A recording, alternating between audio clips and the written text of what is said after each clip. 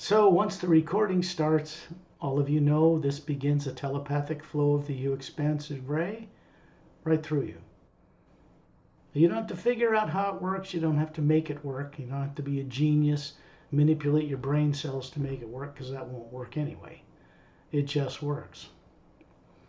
It is a higher function of the Atma, and whether or not you know how to use it consciously, the beings I work with make sure that you access it, and then they protect.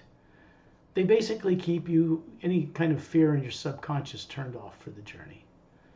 This is why galactic people from other worlds are so important. And even though they're spacefaring races from spacefaring world systems and travel the galaxy, they're also very advanced, masterful type beings, both technologically, spiritually, if you want to use that word. I don't use spiritual because it generally relates to biblical or certain kinds of things or other faiths, and people don't really understand what spirit is. It's a concept or a belief for them, not a direct experience generally. When we go out of our bodies into space, we are actually consciously plugging ourselves into that force, that one field of energy, the first sound behind creation. The first word missing from many published books on Earth, except the ones I've published, because it is in those books. It is not a spoken word.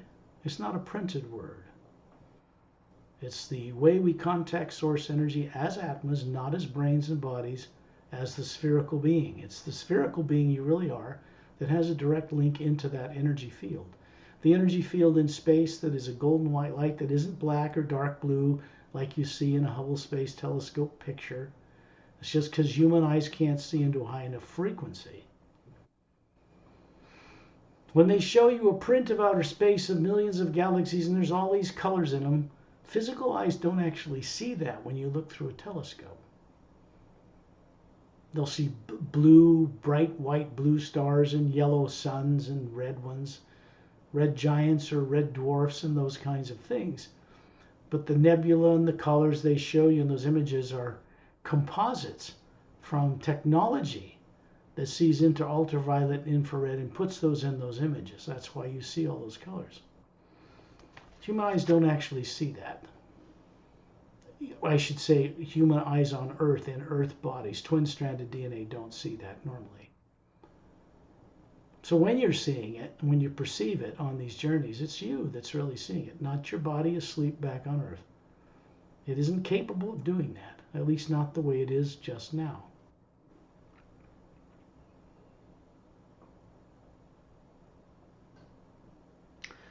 The purpose for the first 5 hues that we do in higher tones together is so that you voluntarily, co-creatively tell the source behind all life that you want to connect to it. This can be through master teachers, can be through the omnipresent living power of space that surrounds little galaxies that circle in orbit in creating gravitational fields that float in this energy. So the void of space, even scientists today know it's not a void, it's not empty, it's pure energy. They call it the God particle through the CERN supercollider in Switzerland. When they crash particles together at near the speed of light, they can photograph or see energy behind atoms. And that energy behind atoms is not nuclear or atomic, it isn't atoms, and it's everywhere. It's what they used to call dark matter. All that space between all the stars and planets you see is what they used to call dark matter. It isn't dark. It's just that human eyes on Earth cannot see it.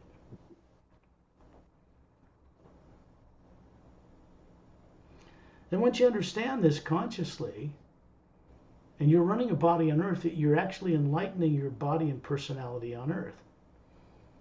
Because it doesn't learn any of this growing up on this planet. So when it's awakened in you while you go on the journeys, you bring it back to your body on Earth and enlighten your body with what you know and see and understand on the journey. This is what makes you smarter, raises your IQ, gives the ability to comprehend and understand when you're walking down the street what Nerexlum looks like, or what Zentronomy 1 looks like, or Zeontornomon 1, or Oceania, or the Zetronomy 1 home world of the Galactic Alliance, where the Galactic Alliance Council meets. We're going there on this journey as part of the journey. So I'm going to send out the hue first, using my vocal cords. It's the way I do it. Because otherwise you would hear, here's what you would hear from me on this whole journey if I didn't do that.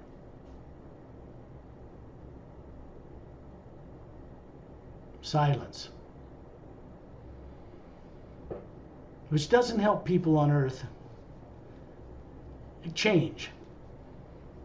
So when we go on the journeys and you see places and see things that you cannot mock up or create on your own, not because you can't, but you, for whatever reason, can't access those faculties consciously while you're running a human body while it's awake on Earth. You should be able to. That will come in time.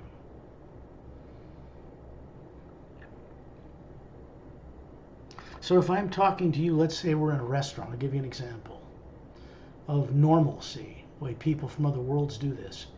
They don't have any lack of confidence in clearly seeing something they visualize in another planet when they're sitting at a table in a restaurant. They see the people they're talking to and they see this other place with their eyes open without any effort, more clearly than they see the people across from them at the table.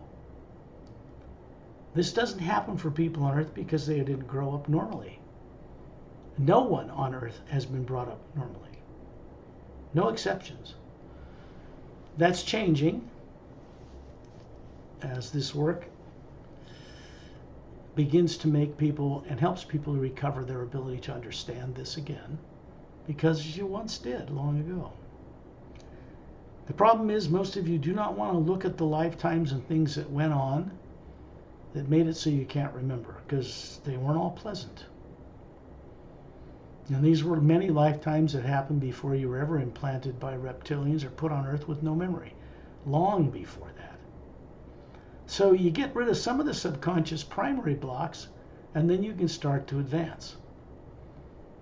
Some people will have contact with beings I introduced them to from other worlds, and maybe make this advancement without me actually guiding people on secondary and primary implant journeys, which for now I don't do anymore. Just so you know.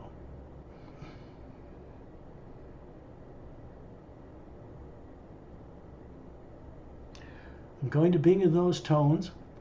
You will, all of you, do it silently inside as an Atma. And you'll find you can sing it in perfect pitch with me. You won't have a problem because you're not using vocal cords. You don't have the blocks in the body or a concept that, oh, I'm not a singer, I don't sing in pitch or something like that. This is the Atma that makes this sound silently inside.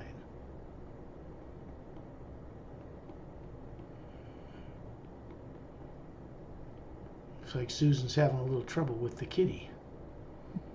My kitty does that sometimes too, but generally... Actually, she just laid down next to the computer. Yeah, she'll generally calm down in a little bit. It's just like a person. It takes them a while to calm down and get used to things.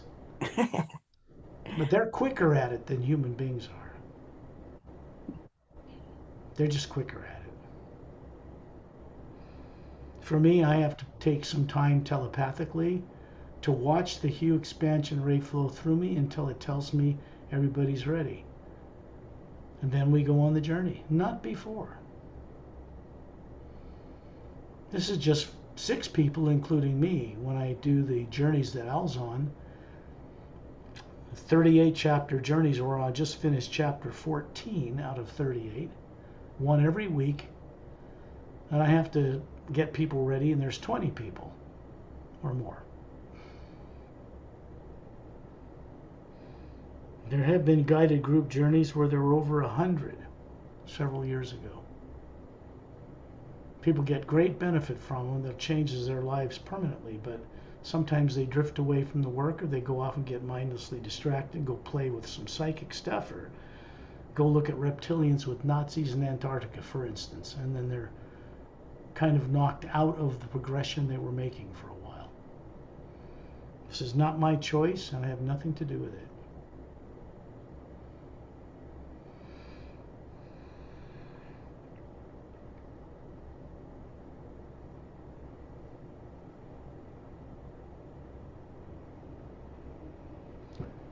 when a hue is being sent out, there's a certain function, one of many, through the little pineal gland in the center of your brain that turns on. This is automatic. It's not a mental function. It's not even a physical body function. It's an energy connection from the Atma that moves through the pineal gland when you do the hue. It moves both ways. The energy of the hue is passing through all the time, or your body would not survive. It would not live. It runs on hue energy, not food energy. You can imagine how brainwashed people are socially, thousands, even millions of years, where they absolutely believe if they don't eat, they will die. What kills them is their belief, not stopping eating. That doesn't kill them. Their negative imagination and fear is what stops the body. This is something that people on Earth do not understand yet. Not really at all.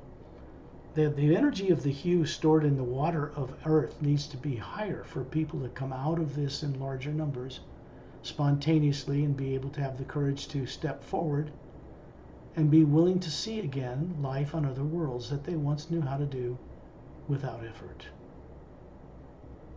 I will send out the hues now. Do them with me, comfortably, relax, and don't worry about how you're doing it or if it's working or any of that. You don't have to worry about that.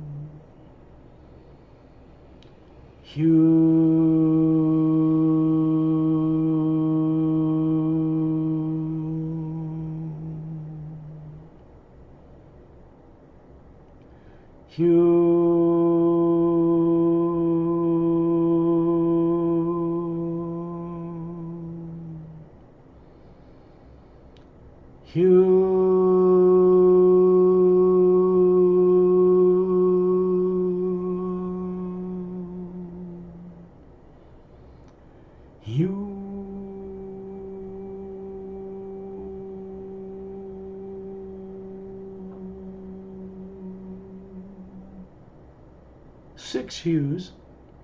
You notice how the change of the tone occurs when we enter the void. It becomes softer, deeper. It begins to awaken the Atma. We start playing with the Atma, the energy in the void. That's pure hue. There's no negative nature in it whatsoever. It's very powerful. It's a form of the hue that fills the void. Same kind of energy that is in the center of the white core of our being as an Atma. Same energy that's at the source itself. Slowed down in vibration to manifest different levels for different purposes. The silent mentors manage all of that.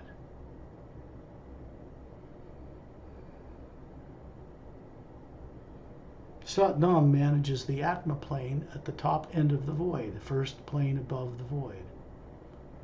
But he doesn't do it alone. Silent mentors also run the mechanics of that dimension, that reality, and help hold it in place.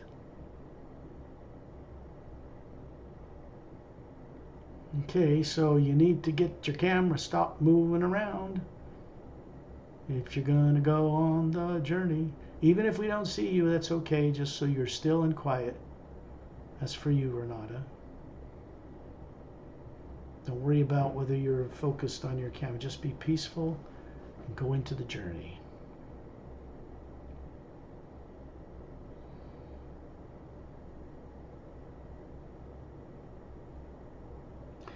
When you imagine going anywhere on Earth, before you get in your car to go there, you've already seen where it is you want to go. You visualize it. This is the way people all over the world do it. They don't even realize what they're doing at all. It's unconscious. It's amnesia. They're able to do it like masters, but they have no idea that their brain and their body is not involved in seeing or imagining any other location at all. Not in any way, shape, or form is your brain involved in imagination. Imagination is not fantasy. We should use another term, but nobody understands other terms yet. So we'll use imagination with a definition that describes it as the ability to see into the multidimensional universe at precise places or locations. And when you can do that, the omnipresent power itself takes you there, or opens a doorway to get there, or master teachers show up to take you there, to help you. An individual Atma does not have the power of the omnipresent power itself. It's a drop in it, that's all. No more, no less.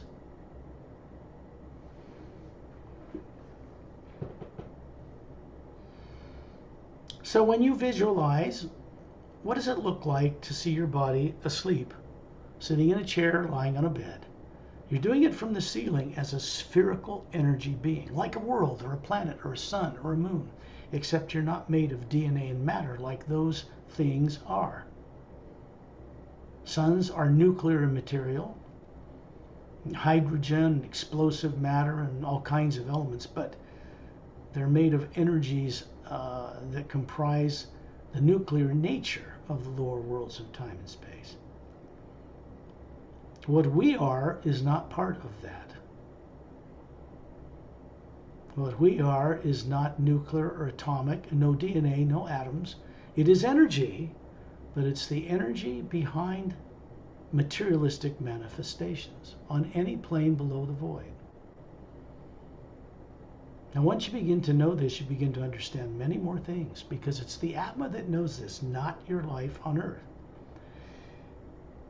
When you go on these journeys and bring back where we go and what we do, you're bringing back an energy of enlightenment to a body on Earth that cannot get it in Earth's atmosphere the way it is now. It's depleted. Think about it. Why can't people wake up on Earth even when they send out the hue? Because they're trying to bring that energy to their unconscious, fear-driven life on Earth. They're trying to be the source, what they think God is, to them. It's not the way it works. That omnipresent energy flows through us no matter what we do, whether we're unconscious or completely awake in it. But to go to the source, to go to Satnam's realm, you have to go to where they are. To rub shoulders with silent mentors, we have to go to where they'll allow that to occur. It's not on Earth, ever. They do not show up on Earth. They do not present themselves before some individual on the planet. That is not their function. So if people on Earth don't know this, they can pray all day long and do whatever they want. They're not going to wake up. You could say that the source relies upon us to know how to see where we want to go so that it can take us there. And if we don't remember how to see anything, we don't go anywhere. So the journeys help you be able to be more comfortable with and naturally be able to see other realities. And once you've visited these places, you can go back through these recordings. Oh, that's what that looks like. And then you can do a contemplation with you on your own, try to go there. Maybe invite a master teacher you're comfortable with to go with you, and then go. If you're too lazy to do this and you will not do it, you're not going to change very much. So at first, people have a certain lethargy and a subconscious amnesia that prevents them from having the energy and the tenacity and the discipline to focus away from mindless entertainment. You've all been brought up saturated with mindless entertainment. Earth-bound mindless entertainment. Body-bound mindless entertainment. Materialistically bound money and mindless entertainment about Earth in its own atmosphere. You're not brought up learning how to see or explore beyond it. So why would you? You leave your body every night. Everybody does. Animals and sea life and birds, they all do too. Their Atma's running all of them.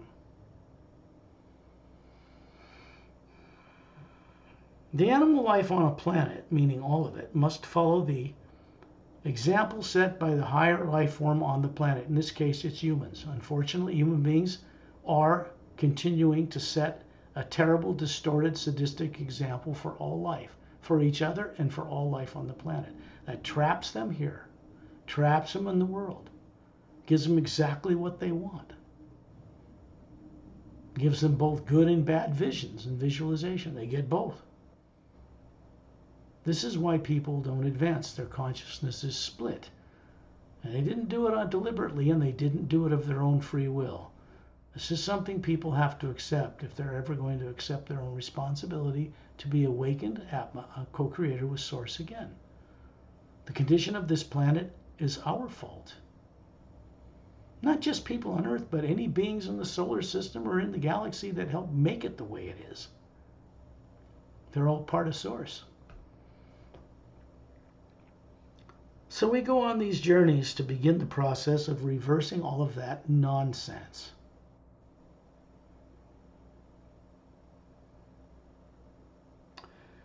You see yourself near the ceiling. You are a spherical being. You're simply looking down, like you have eyes, at your body asleep. Then you look left and right and you realize there are two spherical beings hovering to each side of you. One male, one female. They are a couple. They are from the Galactic Interdimensional Alliance of Free Worlds. It is the name given the organization very far away from what UFO and ufologists know of yet. It's nearer to the galactic core of our galaxy. Not in it, about a third of the way in towards the big bulge of stars. So many more stars more closely packed. You can't imagine what it would look like at daytime looking into the sky on Zetranami. You wouldn't just see a sun. You'd see hundreds of stars closer to you, visible in different colors through the atmosphere of that world, which is charged with the hue. You can't imagine how breathtaking that is. You don't get to see that from Earth. Two problems. The hue is depleted in the atmosphere. The atmosphere in the H2O stores all negative things, positive and negative, that's ever been done to anyone or anything on the planet. It does not leave the atmosphere. Gravity holds it there. So when we get out into the pure hue of space, we can start to do productive work.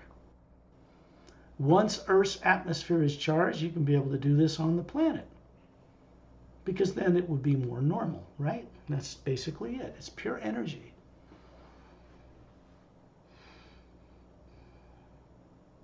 Shantiel and Tonaltiel and Dantium and Lamtium, two couples I've introduced to people from the Galactic Alliance on these journeys, and for some years now, have associates that look very similar to them. They all are wearing a Galactic Alliance uniform, so you can recognize a similarity or a consistent way that they present themselves to you. Blue, gray, single form-fitting suit. They step into it, pull it up over their shoulders. The footwear is included. They have a Galactic Alliance symbol on their right chest, which is a silvery golden galaxy, maybe 6 inches wide. A four-sided golden pyramid with a quartz cap hovering above the bulge of the galaxy, and 3 blue stars, cobalt blue, in triangular formation above the apex of the pyramid.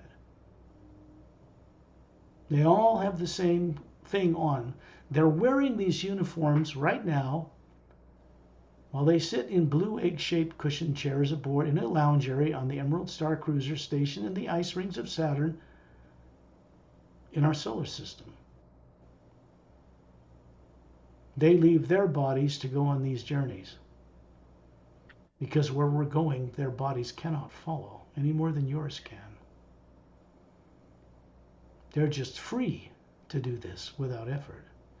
Remember, they don't have subconscious minds and they did not grow up on Earth. This is important. They are here to go on the journey for their benefit and the benefit of all those they know. They're also here to keep your subconscious fears, whatever they may be, turned off for this journey. If they did not do this, you could not go on these journeys the way you are. We want to get this to the point where you can go on them. Well, it's always good to go have some camaraderie to go on journeys, either whether it's Galactic Alliance or master teachers you meet, to call on them or humbly ask them through the hue if they'll join you and tell them you want to go to a certain place to learn something. This takes a little volitional action on your part.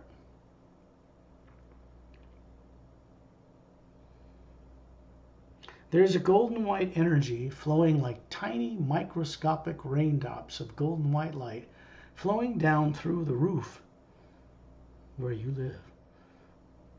It is passing down through the white core of your beings, all three of you. You see standing in the air in front of you forms that look flawless, about 36, perfectly handsome if you're a male, perfectly beautiful if you're a female, about 36 years old. These are prototype forms not made of atoms or DNAs that are projections of how we show our true self.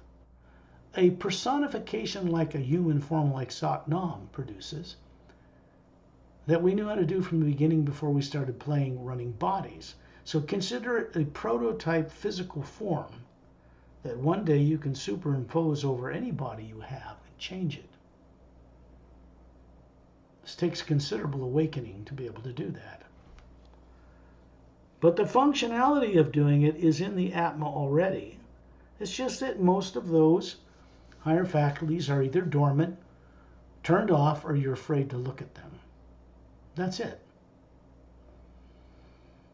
This energy is flowing down through your physical body. You see a big spherical energy field around it with all the layers of an Atma color around it. It's what people call the aura on Earth, but they think it's this little thin thing around the outside of their body. It isn't. It's an electromagnetic field, a micro voltage field that surrounds the body. It's identical to the one that surrounds the Atma hovering near the ceiling, but that one's more powerful. It moves through your body, through the walls of your home. It always works through you for your benefit, but never stops when it moves through you, so it goes on for the benefit of others, such as beginning to charge Earth's depleted atmosphere. That makes you co-creators with Source right now while you're on these journeys, because you're starting to become part of the solution instead of remaining part of the problem. It's not something you can discuss with your friends and family.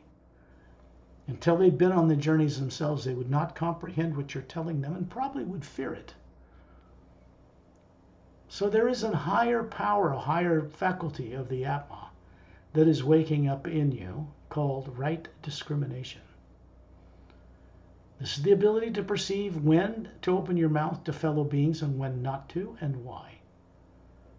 So before we leap, we ask first in the hue whether it's right, or the person would be receptive, or we keep our mouths shut and let the hue come through to benefit them as it sees fit when it wants to, and not us. Think about what I just said, how important that is. The mastery discipline comes into knowing how to let this power run through us without interfering with it. And when we do contribute to it, we create things in it for it to manifest that are good for all life. This is the simple primary rule. The one and only law on the Atma plane above the void is love and do as you will. Not like as you will on earth with an ego. Love and do as you will that will benefit yourself and all life. That's the do as you will. That's what that means. There's freedom there. There's a stronger flow, a flash of this golden white light, and all of us find ourselves in space at a distance from planet Earth, in a circle of beings, standing there in a physical looking form, well dressed, about 36, and standing to each side of you is a galactic alliance couple. They're simply there to escort you and to keep your fears, all of those you don't even know you have yet from different lives billions of years ago, turned off for now. So you can go on the journey, go to the higher worlds, and bring back energy that has no distortion in it. No positive, no negative, no fear, no subconscious mind. And then we come back through our forms we call higher selves that we're running bodies on these other planes. 5 of them, before you even get to the void. The void is not the realm of the Supreme Being. It is pure hue expansion ray energy. It's fully conscious, but it is not an individual. And it's there to support and maintain the void between the upper realities and lower worlds of time and space. It has been there forever. There are certain forms of silent mentors that maintain that void at all times. They don't rest, they don't tire, they don't get fatigued, they don't get bored, they don't have negative emotions or negative thoughts, ever. See, that's what is normal.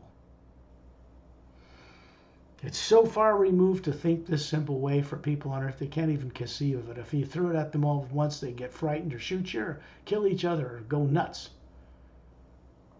The tight knot of their unconscious sphere is so tight it has to be unraveled by master teachers gradually, carefully. I leave that up to more advanced beings than I am, and to the U expansion ray. My job is to guide people to see things they cannot see for themselves and get them direct experience awakening so they can begin to do this for themselves at some point where they feel comfortable enough to do it.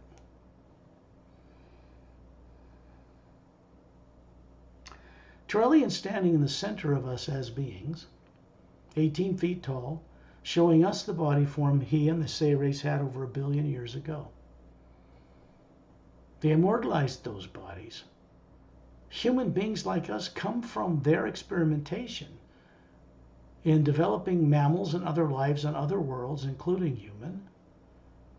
So Atmas could run higher faculties through the body forms they're running.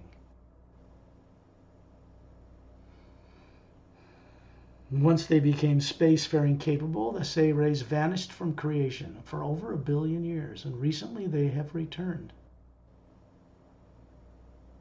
Say rays ambassador Trellian appeared on a stage inside the meeting dome of the Galactic Alliance Council, opened a book and changed them all in an instant. That was the first manifestation of the Hue expansion ray, not just the Hue, in our galaxy. And it spread out from there, and eventually it's coming through Earth.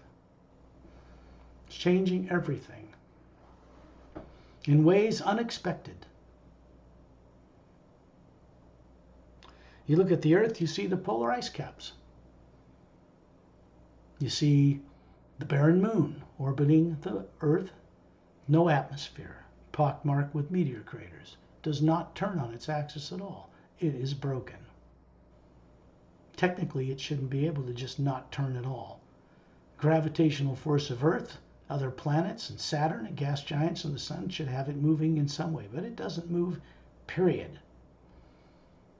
A scientist, classified ones, knows that's abnormal as hell. Not right. But they don't know why or how it's doing that. Not a clue.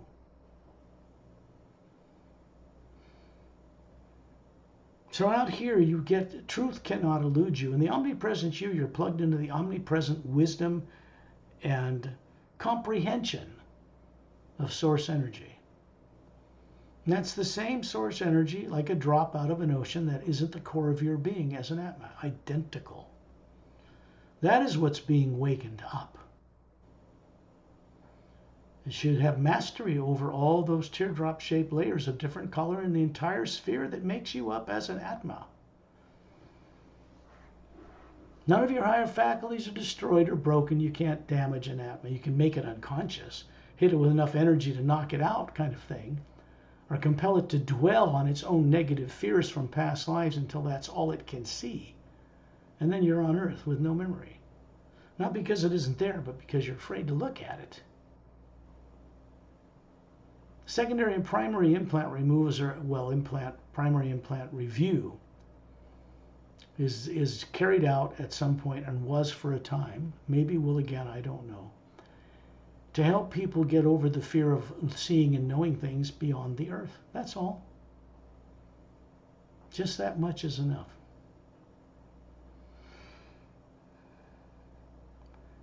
There are other teachers here. Satnam near the Earth, Master Opelum further away to my right, and Margaret's to my left, and Alison on the other side of Master Opelum, and Susan's further over in the circle around Trellian.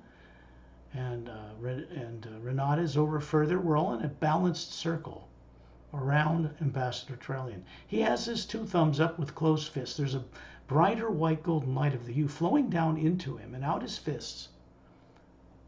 And his fists are closed with thumbs up because he's holding an oval, transparent, golden field of energy around us, like the hull of a spaceship, to keep us all focused on the same journey. So you don't get scattered off into mystical looking things and bright lights in the astral, causal, mental, or etheric along the way. This is why we create a vortex doorway that bypasses the lower worlds of time and space. Wherever we go in this galaxy, it goes with us, above us, moves with us.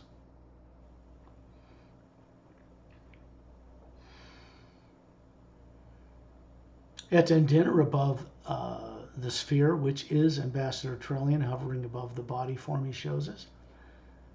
A long white gown on, slightly pointed ears, slightly curved blonde hair to his shoulders, bigger eyes than Earth human, bright blue eyes. Looks to be about 36. The guy's timeless.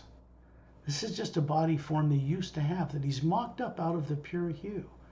They had 12-stranded DNA human forms. We get our 2-stranded DNA from them. All spacefaring races. Most mammals and animal and plant life and birds and all that have some raised DNA in one way or another in them. Go back a billion years. And then go back several billion more and you'll see the work they have done. They seeded and populated advanced life in both the physical, 144 parallel dimensions, and in the astral, 144 parallel dimensions. They had ships that could traverse between both, and they're the only ones I know that can do that, or could do it. Except the Oceanians, they probably could do it. They have different types of ships.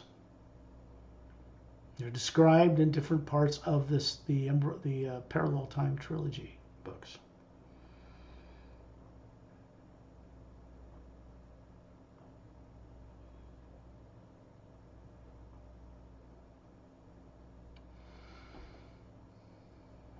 Above Etan Din is Light Z, and above him is Satnam. Satnam is simply observing. He's standing below an hourglass-shaped opening, very wide opening, of a clockwise turning vortex doorway. It's a golden white light. And there's soft, gentle rain of golden white light pouring down through it.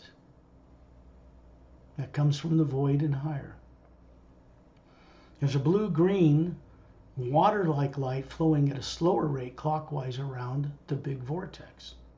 This creates a barrier, a shield, so this vortex bypasses the astral, causal, mental, and etheric and goes right into the void.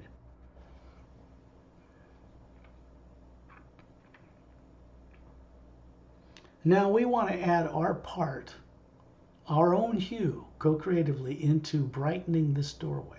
We're actually adding the Atma we are, which is part of Source, collectively with the Source power itself. And this will make this vortex a bit brighter. We start to become part of the solution instead of remaining the problem. So I'm going to send out the hue again now, only this time we're going to do a lot more of them. You do them with me silently in the sanctuary of your own being. And then we're going to go to planet Zetranami 1, nearer to the galactic core of the Milky Way galaxy we live in. Thousands of light years away. Many thousands. I'll begin those tones now. Hue.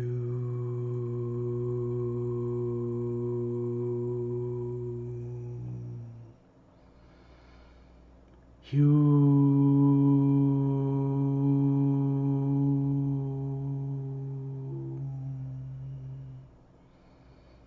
Hue.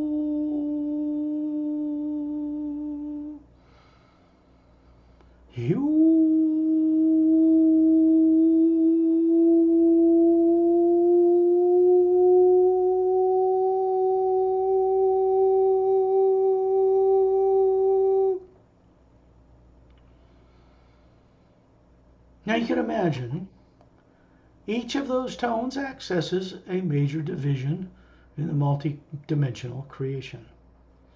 Astral, causal, mental, etheric, void, Satnam's realm, Hue Expansionary Academy, the 6th realm, the 7th, 8th, 9th, 10th, 11th, 12th, Agam Paruja's realm, and the source or prime creator itself, and higher into 2 higher realities than the source.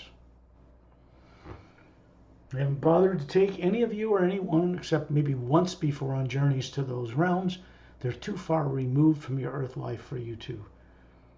You could go and experience it, but I doubt that you could bring back the awareness of it to your physical life. Not yet.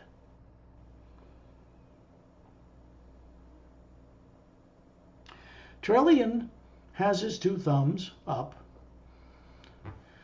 moves one of his fists with his thumbs up out towards space between the Earth and the Moon, and we suddenly are projected, instantly projected, high above the entire Milky Way galaxy, looking down on it. There's this golden white light everywhere around it. And then there's the Andromeda galaxy off to the left, a little bit larger, spiral galaxy. There's a number of globular clusters, spherical shaped clusters of stars above the Milky Way galaxy.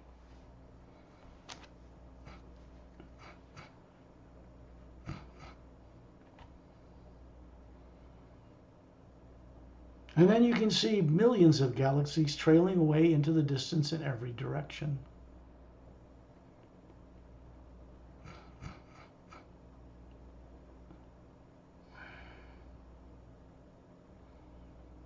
It takes some discipline to stay focused and keep your body comfortably asleep, but not you. You're looking down on the Milky Way galaxy from far above it, and then another flash from Trellian's closed fist with thumbs up, and we're projected like a beam of light, an arc of light straight down towards the galactic core of the galaxy, and we stop above a planet a third of the way into the bulge at its center. And we are hovering above a world that's 4 times bigger. Stay with it. Don't get distracted. It's 4 times bigger than Earth, if you can imagine that. No polar ice caps. 3 planets the size of Earth with domed cities on them. No polar ice caps orbiting this big planet at different distances. And then into the distance you can see a trinary star system. 3 suns that these planets orbit. When you get closer to the galactic core, there's more condensation of stars. And you'll find that many planetary systems revolve around 2 or 3 suns, usually 3. A big one in its center, a slightly smaller one, and then a slightly smaller one in the exterior.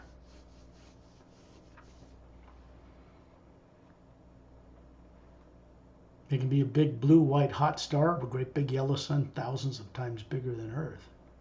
The sun that Earth revolves around. And this affects the planet's poles. They don't have polar ice caps. The charge of the hue is much stronger in these worlds. All their water systems glow. Any normal world water system glows. It actually produces a radiant light, like the aurora borealis. Aurora borealis, that ions charge the upper atmosphere, and you see these waves of color weaving around the northern latitudes.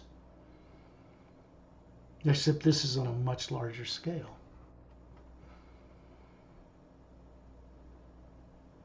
You can see that the clouds are a kind of a very light lavender pink color.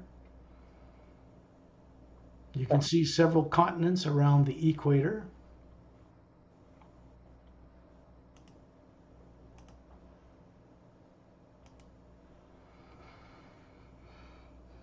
And we're going to the central one near the equator, and you're going to see, as we approach and lower down in the atmosphere, we can see through the clouds, and we come out the other end. As we're passing through the clouds, you notice that the tiny drops of water here are glowing, each one individually, radiating a light.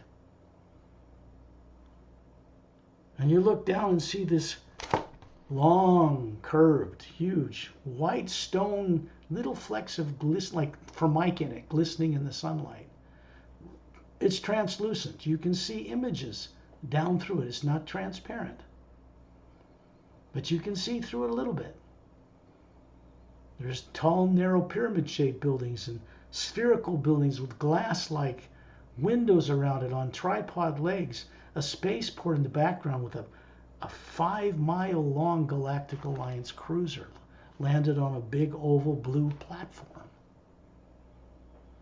A circular oval opening in the side with crystal-like stairs going down to this platform it's landed on. That's one of the smaller ones. 5 times bigger than the one in the asteroid, in the ice rings that circle the planet Saturn. It's just huge. And off to the left, you see off in the distance a golden luminous ocean, actually a golden color, calm. It's glowing a foot above the surface. And golden luminous sand particles, quartz-like. They're all charged, like the emerald green beach is on the planet Earth in the 3rd higher parallel dimension, above the Earth you know of. And then we find ourselves passing in this oval light around us that Tyrellian's keeping in place. We pass right down through the dome and find ourselves hovering near the ceiling. He is in the center, and there's a shaft of white golden light coming down through that dome from the vortex in space above this planet. It came with us. He's standing on a blue foot-thick disc stage, down at the bottom between 15 layers of concentric circles of white leather-like chairs. 15 of them. 5,000 members, men and women, all different kinds of races, with an Atma hovering above each one, standing in their white robes with their gold sash from their right shoulder to the left hip. These are the Galactic Alliance Council. They represent more than 450 million spacefaring world systems, not single planets, spacefaring world systems. That covers just a little under 1/2 of our galaxy.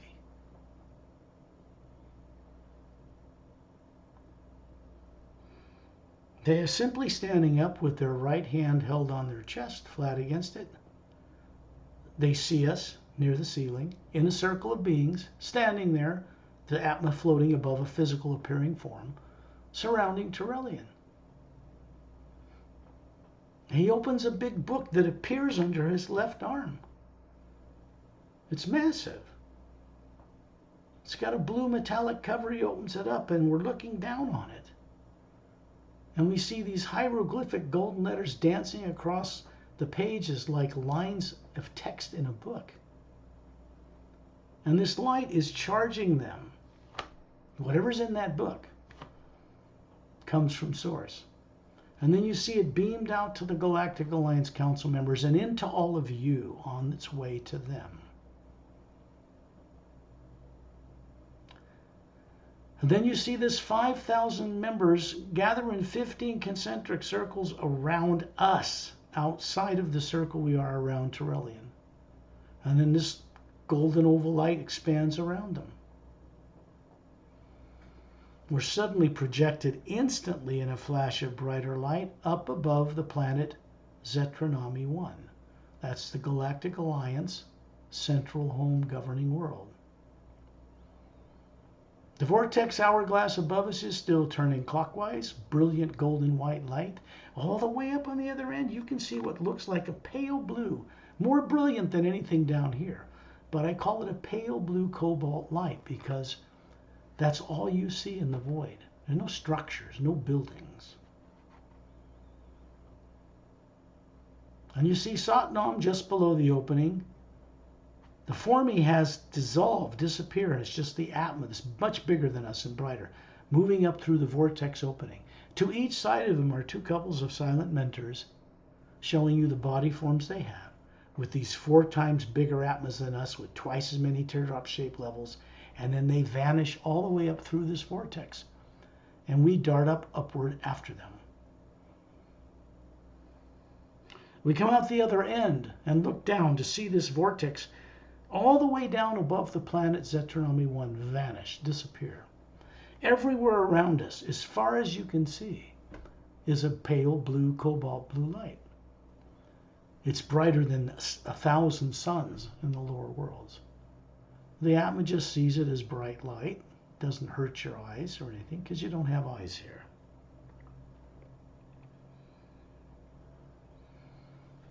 As we move upward, you begin to see in the distance a diamond white beach appear and widen as we approach it. It's very wide, it's curved, it's luminous a foot above these diamond-like particles, and it curves way off in the infinite distance inward as if it circles a circular landmass, which it does.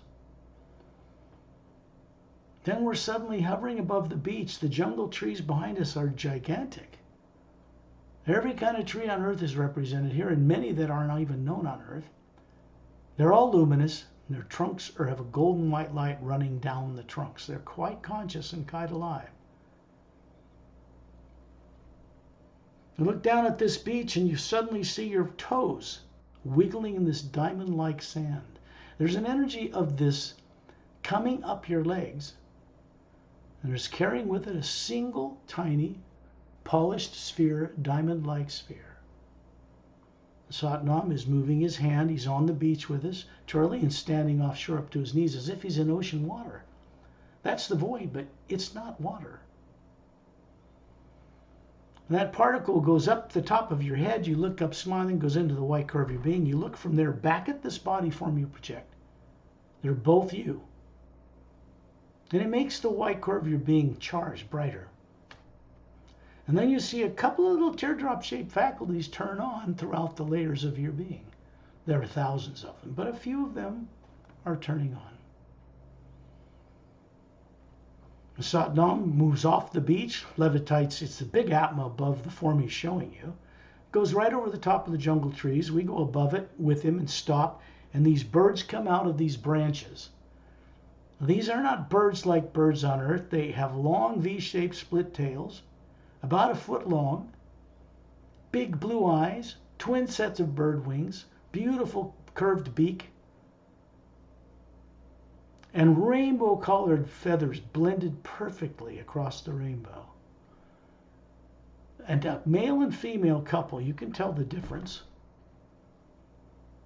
fly up in front of each one of the faces of the body forms you show each other that are perfect. And they open their mouths and begin to sing the hue, male and female. But these are perfect men and women's voices, male and female. And they're seeing this hue that blends in ways you can't even do on Earth harmonically. Passes through us, through Turelian. You look at these birds and look above them and you see these Atmas 4 times bigger than us. Twice as many teardrop-shaped faculties, much brighter, running these bird bodies. These are silent mentors. And you realize the void they're putting this energy into consistently. They're maintaining the void. That's what they do. It's like a gift, and then they go back in the trees and go about their business. We move onward. We're hovering over now where we look down and we see a 100-foot in diameter white stone floor in a clearing. There's a 15-foot wide scalloped edge fountain with Satnam's statue standing in it, with his palms open facing forward and a golden white shaft of light coming through this device, filling this bowl.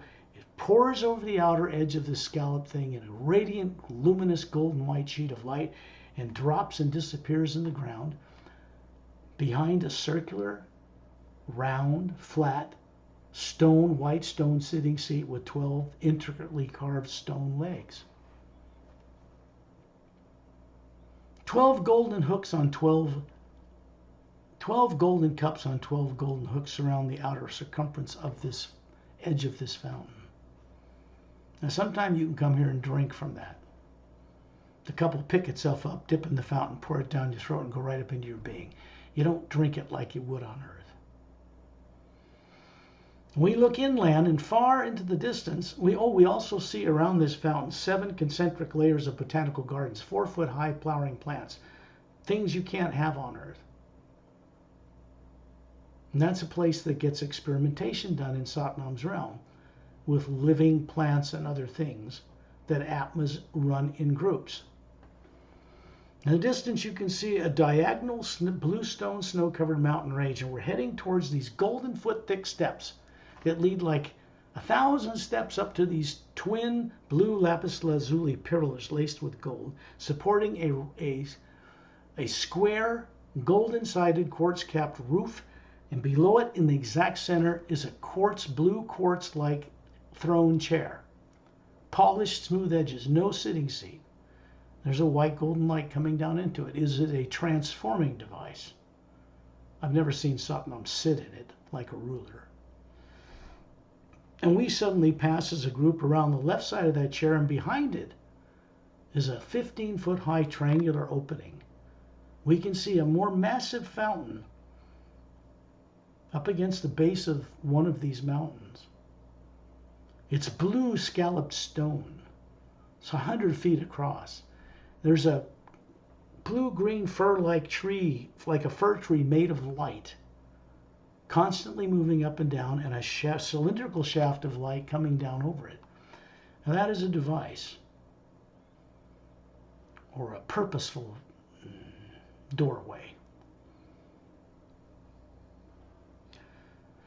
Trellian takes us up inside that shaft of light above the top of this tree, and we're shot upward. When we come out the other end, we are now in a higher reality built in a special parallel dimension between the top of Satnam's Atma plane, the soul plane, the Atma plane, and the 6th realm. We're not going into the 6th realm, we're going into the Hue Expansion Ray Academy territory. Everywhere around us is a much brighter cobalt blue space, surrounding a single floating massive land. Has a white diamond-like beach circling its outer circumference.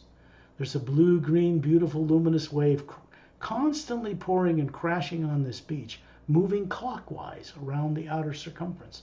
It never stops moving. It circles this whole thing, comes back to the beginning, keeps going. The silent mentors use this to maintain this manifestation, this land, floating in a cobalt blue space. There are no stars or moons or planets or suns here. They're not needed. Everything here produces its own light, including all of you.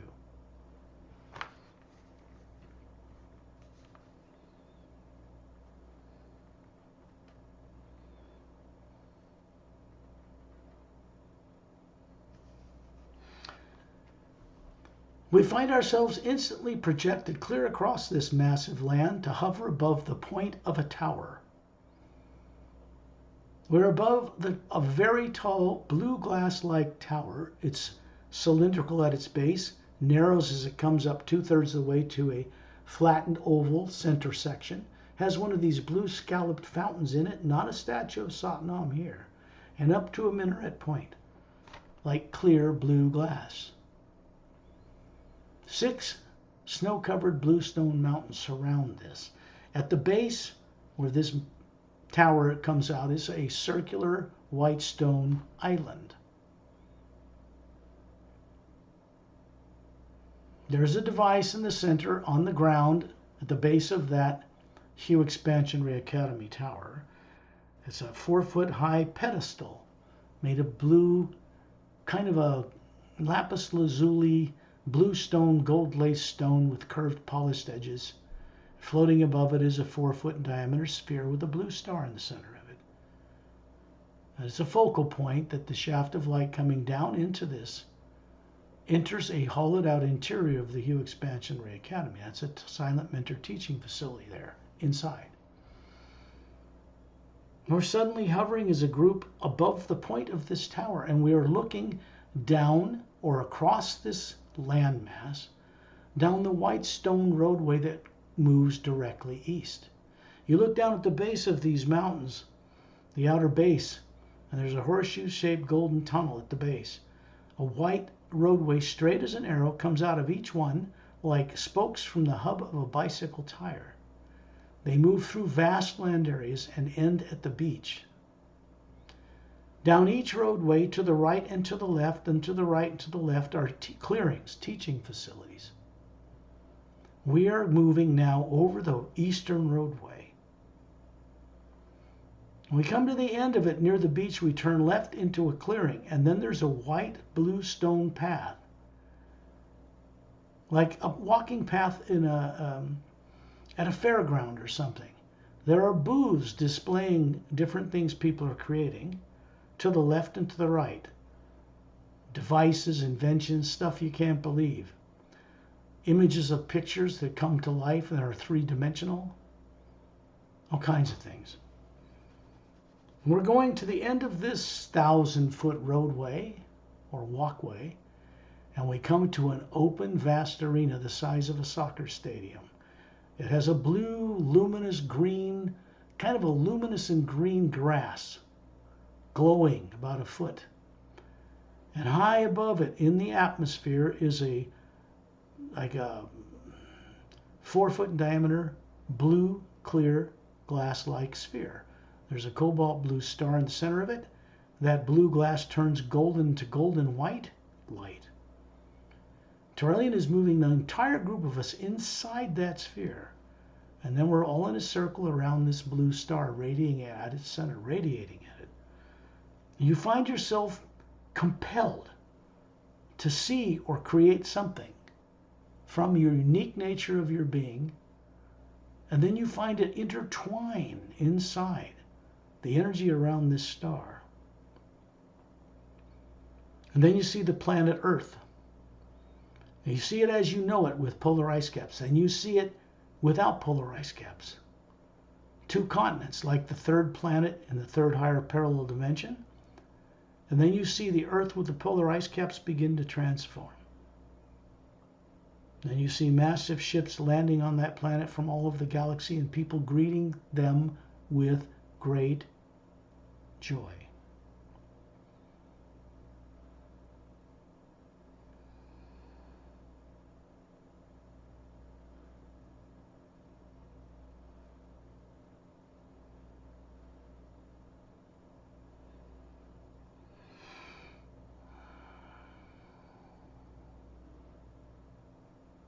In the next instant, we find ourselves hovering again above the Hue Expansionary Academy tower.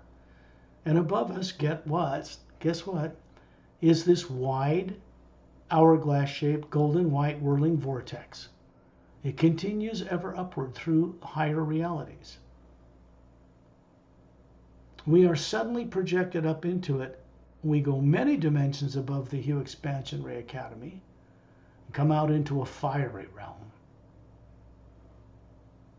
Orange, yellow, blue, green, lavender, violet, purple, every color whirling and moving in and around us, fiery, making gargoyle-type images, disappearing, coming out of the ground, which there is no ground under us. This is the raw power of eternity, and a great being, a massive Atma, white light with all the colors of the rainbow and 1,000 more, approaches us. This is Agam Purusha. This is the Agam Lok plane. Then we hear his deep voice tell us that we are welcome there. You realize this being generates this raw power and sends it down in different lower vibration rates into the worlds below here. All the way into the U Expansion Ray Academy, to Atma, Satnam's realm, the void, all of it. This is what he does. In the distance you can see an absolutely gigantic silver golden tree, like a massive, perfectly formed fir tree, with roots the size of buildings, trailing away into the disappearing into the energy below us, fiery light. The tree is transparent. The trunk is a golden white light running up down its transparent trunk. The top of the tree is beyond sight. And he has given us permission, and Turelian, in our oval of light, and we suddenly move through the individual branches of the tree. We pass right through them. As we do, each needle on each tree, we realize, is connected to some planet, some place through every reality below here. It's the tree of life. There's an identical tree like this inside a massive pyramid down the western roadway of the U Expansion Ray Academy. It's a right turn into this clearing where Light Sea is the master guardian of that teaching facility. These two trees are connected. They are a direct doorway between the two. We're suddenly moving up the trunk of this tree in a powerful white golden light, roaring up and down at the same time. We come out the other end, and we are in an even more brilliant cobalt blue space. That vortex below us vanishes. We are now surrounded by a light so bright, it can't be described in human terms. In the distance, way in the distance, you can see a single orbiting, or on its axis turning, what looks like a silver golden galaxy. And we are moving at tremendous speed toward it. As we move through the outer layer of what were first thought were stars, we realize they are Atma beings, big and brilliant. The space between them is like two stars in our galaxy. And we move through them effortlessly. And we're suddenly moving into the interior 1/3, which is like a vacuum, hollow. In the center of it is a white, disc-shaped, stone-like island floating there. And above it is a spherical presence, massive, many times larger than a silent mentor. 1,000 teardrop-shaped layers of colors you can't imagine on Earth. And there's a brilliant white core. And then you realize, as we begin to move through these higher faculties, in each layer, just as much space between them as two stars in the galaxy. And we're projected into the center of the white core, where each one of you around Turelian realize the white core of your being is identical to the white core here. Absolutely identical. And then you hear a deep baritone voice mixed with the high celestial qualities of a feminine. It's hard to describe. Speak to us. This is not an individual or a ruler on a throne.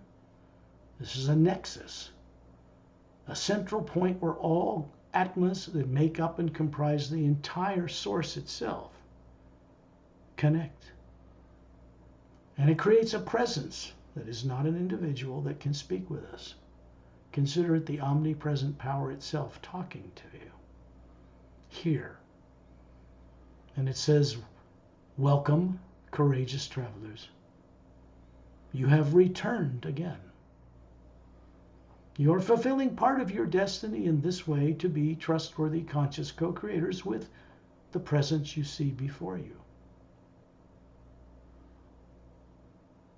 All is well, be at peace.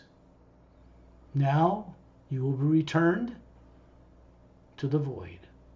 A flash of light finds us all around Turelian, moving at the bottom of the void, coming into what is called the etheric plane, passing through what looks like an aurora borealis, or the northern lights. We come out standing on what looks like thousands of continents.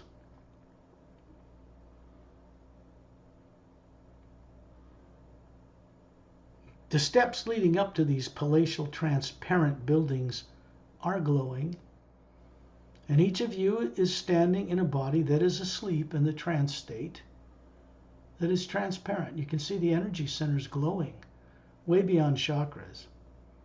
And the Atma you are hovering above it. Then Ambassador Turelian and Satnam appear. And in a sense, they kick your ass. They're sending a blue energy, little thin beam into this etheric form. And they're deliberately waking it up from the trance state and compelling it to look up into the void, to Satnam's realm, to the Hue Expansionary Academy, all the way up to the source itself. And then they compel it to look down through 144 parallel dimensions to a special place in the mental plane. And there you see a body form not like you have on Earth, well dressed.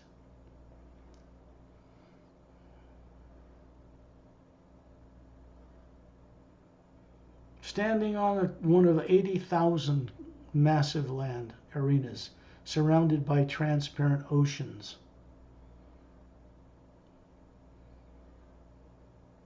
And you're in a mental body form here.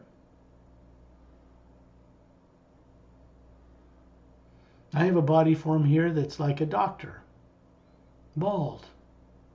But that's a disguise, because the real form I have here has long silver hair and violet eyes, like a Xentronomus person back in the Milky Way galaxy.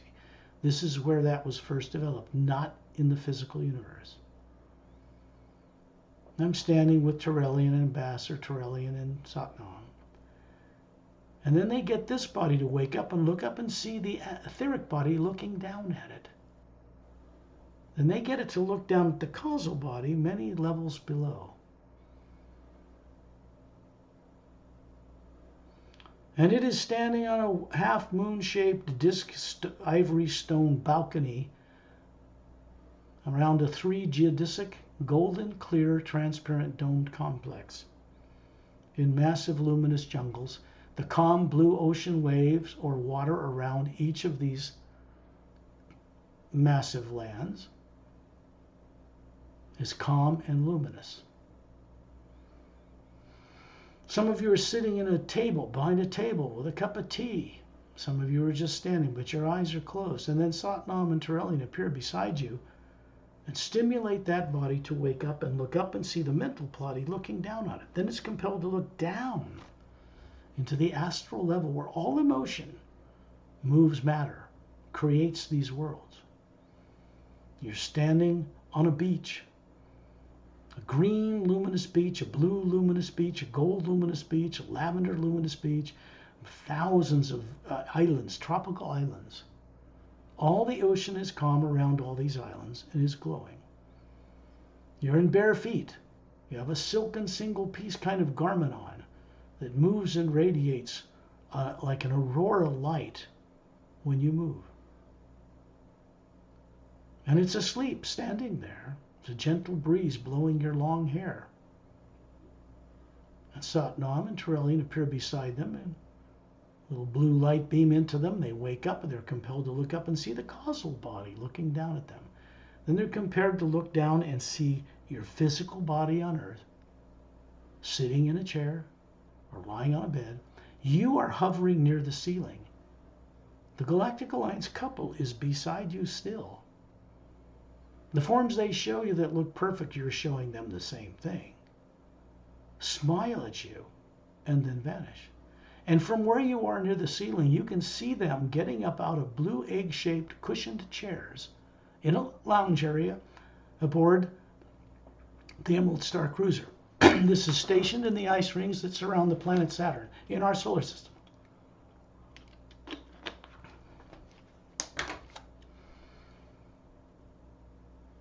The energy moving through the ceiling we brought back from source here is a white golden light you can't even see in space. It's brighter than that.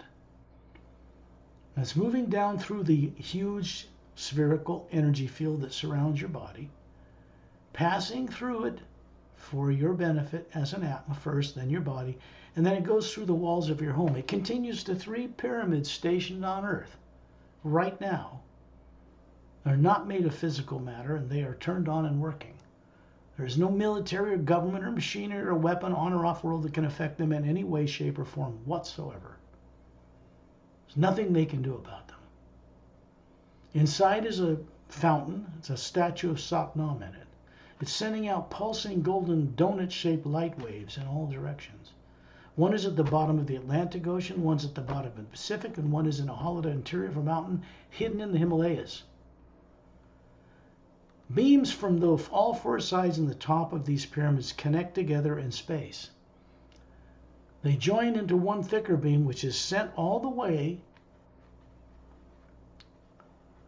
to a more massive gold-sided quartz-capped pyramid with a fountain in it as well, stationarily hovering between 2 stable asteroids, gravitationally bound to them.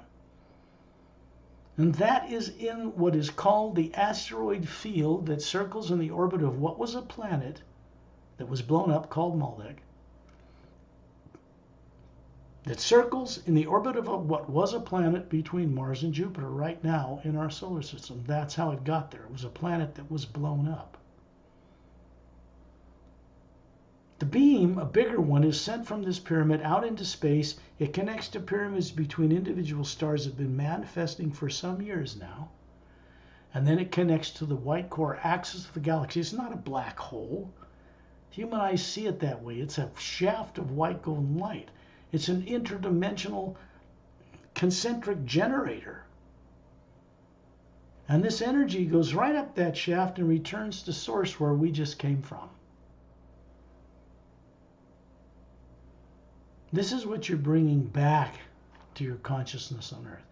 You won't remember all this when you wake your body up, but when you go on the journey the second time, you will. And that should be done when you're happy, no interruptions, no phone calls. Go on the journey a second time. Enjoy it. Have fun with it. Don't make it an effort. Just listen to everything you just went through as an Atma and let your body consciousness begin to understand it. That's what you're doing here. So now we're back. You can begin to waken your body on Earth and slowly open your eyes.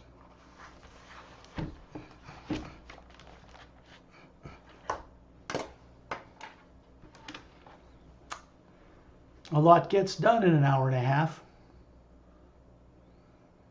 We haven't even been an hour and a half, actually, 6:27 now, from a little after 5 when we started, about an hour and a half total. Looks like Margaret went bye-bye. It's okay. I think Renata's still here. Yeah, Margaret, maybe she's still back. Here she's coming back out of it. And Renata's still there. Ooh, good job. Good job. Couldn't do that a year ago. Now, please, all of you, when you're ready, turn on your microphones. I will ask you to do that from here.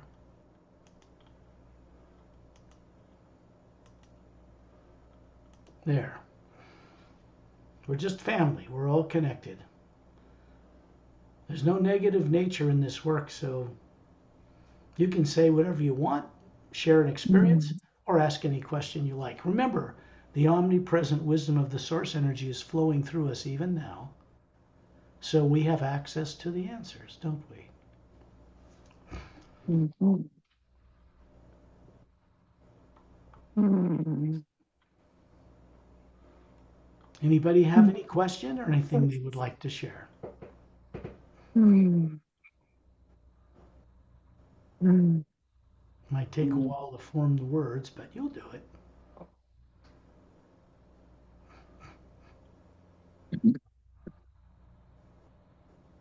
If you don't have any questions, that's okay too. I think I kind of phased out in there. It's okay. You're going to see just how much went on in this one. Not really asleep, I just phased out. Right, but when you Don't come back, remember. when you go back on it a second time, you're going to know what you were doing. Here on Earth, you'll say, "Wow, we did all that." Got to remember that you're who I'm talking to now. I'm talking to the Atma, but the consciousness awake of the body form you have on Earth did not go on this journey at all. Not in any way, shape, or form. You did not go on the journey, the body. You, the Atma, did. The real you. And I think that's the main point of most of these, really all of these journeys, is to get that awake in you. Become more familiar and respectful of life in the multidimensional creation, because you're going to have to confront it one day soon. Like it or not, fear or not, it's coming our way. I see. Any questions? Mm-mm. Okay. Then I want to wish you all a Terrellian. I'm giving you a Terrellian. There's no better way. That's really. I'm giving you a Terrellian. Scott, I can answer these questions to benefit you on Earth, but if you asked any of them a Terrellian or Satnam, you know what they would say to you? That's it. They wouldn't say anything else. They know better. But I can. Okay, then I will bring this to a close and see you all next time. Okay. Scott, Pretty good. question. Thanks for having the courage to do it. Make sure you have the discipline to go on it again, Yeah. but have fun with it. Stop it, go eat, go to a restaurant, come back, have fun with it. That's the main thing. There's no negative in it. Make it positive. Okay? Very Jake. Happy Valentine's Day. Oh, thanks Oh. to all of you, right? I, Thank you, Margaret. Thank you, Lee. Thank you, Renata. Thank you, Susan. Thank you, Albert. And thank you, Lemriel. Thanks, Leanne. Lemro. Thank you, Lemro. We're all good. Yeah. Thanks for having the courage to do it. It does take some courage to do this, as you all know now. Yeah. Scott,